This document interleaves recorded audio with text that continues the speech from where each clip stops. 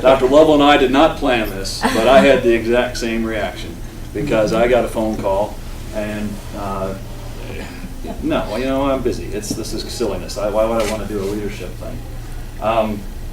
And so my initial response was, and it's not very polished, I'm already a leader, all right? What are you bothering me for? I can tell you right now what the clinic needs to do. You just need to listen to me. I don't have time for this stuff. This is why I'm frustrated, because you people are spending money on this kind of stuff. Well, what's in it for me? And then somebody said, well, maybe you could be a little organized and save your time. Oh, I might save some time. All right, that caught me, and that was my mistake. I started thinking that's one area I could be a little better, is a little more free time. My golf game stinks. If you look at the flyer that half of us filled out at the beginning of the year, we all talk about we like to play golf. How many of you played golf in the last 12 months? I bet we like to think we do. But we don't. Duh, Dad, you have control issues. We all know that. She just turned 14. And the same thing, I brought home the disc profile, I showed it to my wife, and went through this list of you do this, you do this, you do this, and her response was, you paid money for somebody to tell you that?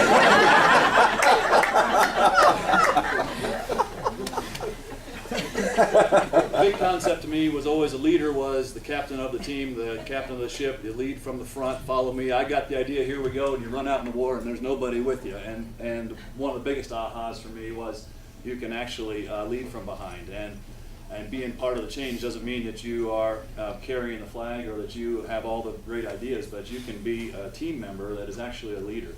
And that really appealed to me because the struggles that I've had in my 15 years or almost 15 years here is I feel like I have ideas, but I have a hard time getting them going from there. And so learning how to move strategy or to be involved and listen to somebody else has been an aha moment for me. Greg talked about his book. For me, it was a true north. Thinking back, what makes you who you are, what really does influence you. So if I had to pick out one text we read this year, that was the one that I liked the best. And then really the overall picture of self-knowledge. One of the biggest things about this class was the shared experiences and really breaking down those silos. And as you have repeatedly heard today, we haven't decided who's who on the picture, but we still call ourselves the A-team.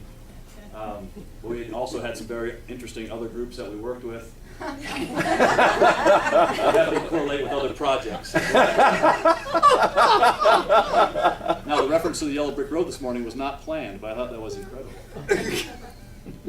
So at the end of it all, I do have some new perspectives, and the issue is going to be to continue to act on them. That round pegs don't fit in square holes and vice versa, so you do have to recognize the terrains and strategy, and they vary, just like people do, believe it or not. That I do now admit that listening is the #1 leadership skill, and I've gotten to the point now when my nurse comes in at the end of the day, we actually have to talk and stuff, I have to put away everything, put down the phone, hang up the phone, turn off the computer, turn around and cross my hands and look and listen to her. Actually works well with my wife. Finding some space between that stimulus and response is a big deal. Don't fly off the handle, take your time, recognize that you don't have to have an immediate response to things that aren't happy. Soft stuff is my weak spot, and I've been working on that. It's been hard as the soft stuff, the personal, the social IQ. Life is about relationships, and the biggest perspective to me now is looking back and thinking, getting on the second half in the over 45 range. It's nice to look back and think, I'm going to live this just like I would if I had a second chance. And so to move to, instead of trying to just be wise and smart, my goal now turns to, I want to live an enlightened state, and not necessarily a one state to go to, but it's someone who has not just the wisdom, but some perspective and an openness and a big picture view that's not as judgmental and directed. So instead of being a Darth Vader, the goal eventually would be maybe this direction, or maybe even more of a Yoda with some attitude. Which goes back to the 18. But that's not me at this time.